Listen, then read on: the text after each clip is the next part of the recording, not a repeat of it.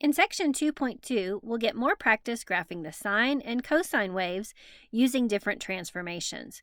In section 2.2.1, we'll learn a new transformation called changing the period.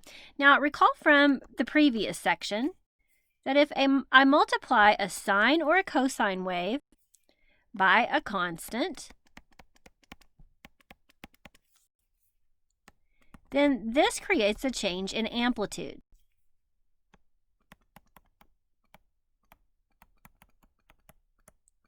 In this section, we're going to consider what happens when we multiply not the entire function by a constant, but the argument by a constant.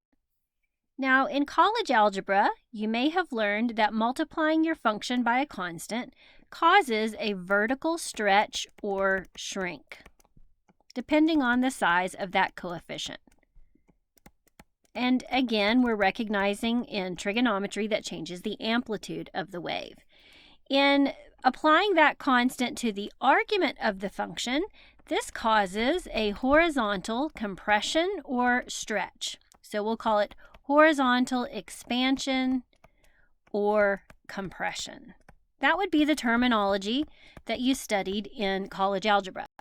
When applied to a sine or a cosine wave, this specifically changes the period of the function. So the period p of y equals sine of b times x and y equals cosine of b times x for b greater than 0 is given by p equals 2 pi divided by b. So just to be clear, do note that the placement of the constant is important. If the constant is multiplying the entire trig function, that causes a change in amplitude. If the constant is multiplying the argument of the trig function, that causes a change in period. And the way that we calculate the period is by taking the original period of sine or cosine and dividing it by this constant. So let's give it a try. In example 1, we want to graph 2 cycles of y equals cosine of 2x. The parent function for y equals cosine of 2x is the original cosine wave, y equals cosine of x. Recall that one fundamental cycle of cosine occurs for the argument ranging between 0 and 2 pi. Let's go ahead and sketch this on our graph as a frame of reference. Plotting the 5 key points of the original cosine wave, remember at the beginning of the period and end of the period, cosine reaches its maximum at 1. Halfway between the beginning and the end, at the midpoint here, pi, cosine reaches its minimum of -1. Halfway between the max and min on either side, cosine achieves an x-intercept. So one fundamental cycle of the basic cosine wave takes on this bowl shape, which looks something like this. We want to compare this to the graph of y equals cosine of 2x. So just like cosine of x, we can assume that cosine of 2x will complete one fundamental cycle between 0 and 2 pi. So notice I'm trapping the argument of cosine between the beginning and end of the period. When we solve for x in this inequality by dividing all 3 parts by 2, we get 0 is less than or equal to x less than or equal to pi. So the period of this function is pi. We can see it with that inequality analysis, or we can also apply this quick and easy formula. If I take the original period of cosine, which is 2 pi, and I divide by the coefficient of the argument, I can see the new period that's yielded there is pi. So the period of this new function is pi. That means one fundamental cycle will be completed between 0 and pi. And once again, that's what this inequality was telling us. Also note, because the coefficient of this function here is 1, the amplitude of our new cosine wave is 1. So the original cosine wave that we have graphed in blue will be compressed down to a period of 0 to pi. So we want this entire fundamental cycle to be completed between 0 and pi. So at x equals 0, cosine will reach its maximum value, and at the end of the new period pi, cosine will finish at its maximum value. Halfway between those points at pi over 2, cosine will reach its minimum, and then halfway between the maximum and minimum on either side, cosine will cross the x-axis. So the 5 key points have been compressed into an interval between 0 and pi. Let's go ahead and label these points for good measure. At 0 radians, we have 1. This would be pi over 4 and 0 for the x-intercept. Pi over 2, negative 1 for the minimum. 3 pi over 4 and 0 for the next intercept.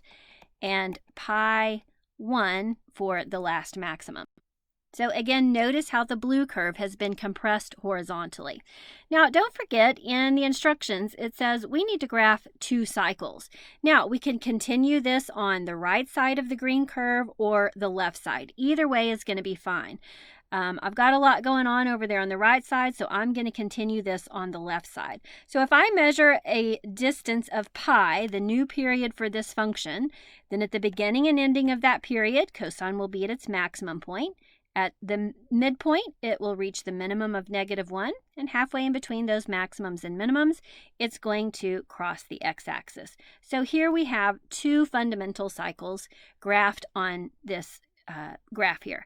Now remember, this graph continues beyond these endpoints that we've sketched, so the actual domain is negative infinity to infinity. Don't be tempted to call 0 to 2 pi the domain. That's the boundary lines for one fundamental cycle. The actual domain of cosine will always be negative infinity to infinity. The range has not changed because we did not experience an amplitude change on this one. So as usual, cosine ranges from negative 1 to 1. Taking a peek at the graph on our calculator, first be sure that you are in radian mode, and then let's compare the graph of cosine of x with the graph of cosine of 2x. Remember, you can use the option zoom number 7 to quickly and easily view a trig function. So notice in the time it takes for the original cosine wave to complete one fundamental cycle, cosine of 2x completes 2 fundamental cycles. Let's practice a change in the period for a sine wave. In example 2, we're going to graph 2 cycles of y equals sine of pi over 2x. Because the argument is multiplied by a constant, we're going to have a compression or an expansion of the sine wave, or we can think of that as a change in period. So we're going to take the original period of the sine wave, which is 2 pi, and we're going to divide by that coefficient, pi over 2, to find the new period. Now, we can evaluate this by multiplying the top and the bottom by the reciprocal of that denominator. And when we get everything canceled, it looks like the new period of the sine wave is 4. Not 4 pi, but 4. Also notice, because the coefficient of the sine wave is 1, the amplitude is going to be 1. Now recall that the original sine wave, the parent function, achieves one fundamental cycle for the argument between 0 and 2 pi. That's what it means to have a period of 2 pi. The new cosine, or the new sine wave that we're considering here, sine of pi over 2 times x, will achieve one fundamental cycle for the argument sine or pi over 2x between 0 and 2 pi. Once again, we can multiply through this inequality by 2 over pi, and that's going to show us that the first fundamental cycle will range between 0 and 4. Now, on the scale on the x-axis currently, I have multiples of pi over 2 or multiples of pi over 4. That's not going to be convenient, so I'm just going to write right over it. I'm going to use a scale of 1. So for every tick mark, I'm going to set it to be an integer value of 1. So I have 1, 2, 3, 4, 5, 6, 7, 8. No multiple of pi is necessary in this case. Now, in order to match the scale that I have on the horizontal axis, I'm just going to use 1 unit per tick mark for the vertical axis. Now, thinking about the 5 key points of our original sine wave, where we have the x-intercepts, we've got 3 x-intercepts, a maximum and a minimum, we need to arrange these points on the new period. So at the beginning of the period and the end of the period, sine has an x-intercept, and halfway between those two, there is another x-intercept.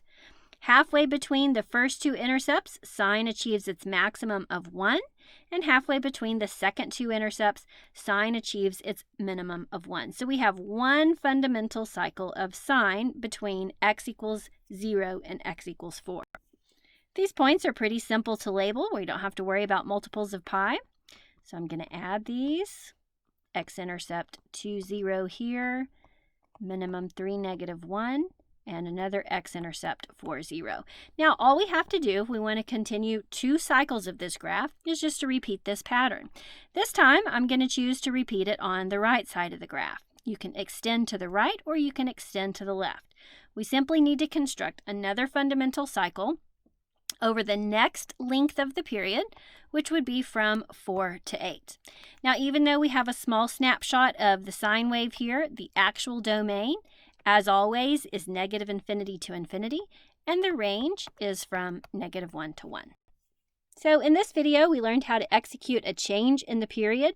We recognize that change if the argument of the sine or cosine is multiplied by a constant. To find the new period, we take the original period 2 pi and divide by that coefficient.